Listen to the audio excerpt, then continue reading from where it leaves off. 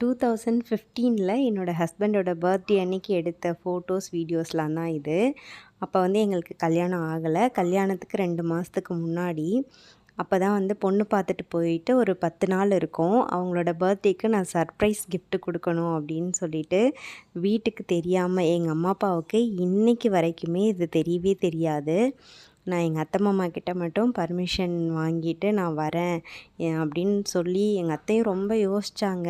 ஆனால் வந்து நான் கன்வின்ஸ் பண்ணி, அத்தை இது வந்து ஃபஸ்ட்டு இதுதான் கல்யாணத்துக்கு முன்னாடி வர லாஸ்ட்டு பர்த்டே. ஸோ இந்த பர்த்டேக்கு நான் உங்களுக்கு ஏதாவது சர்ப்ரைஸாக பண்ணணும். இந்த மாதிரி சிச்சுவேஷன் மறுபடியும் வரவே வராது அப்படின்னு எங்கள் அத்தையை நான் வந்து கன்வின்ஸ் பண்ணி, நான் இங்கேருந்து ஃபஸ்ட் டைம் ட்ரெயினில் போகிறேன் இவ்வளோ தூரம். நான் லோக்கல் ட்ரெயின்லேயே அதிகமாக ட்ராவல் பண்ணதே கிடையாது.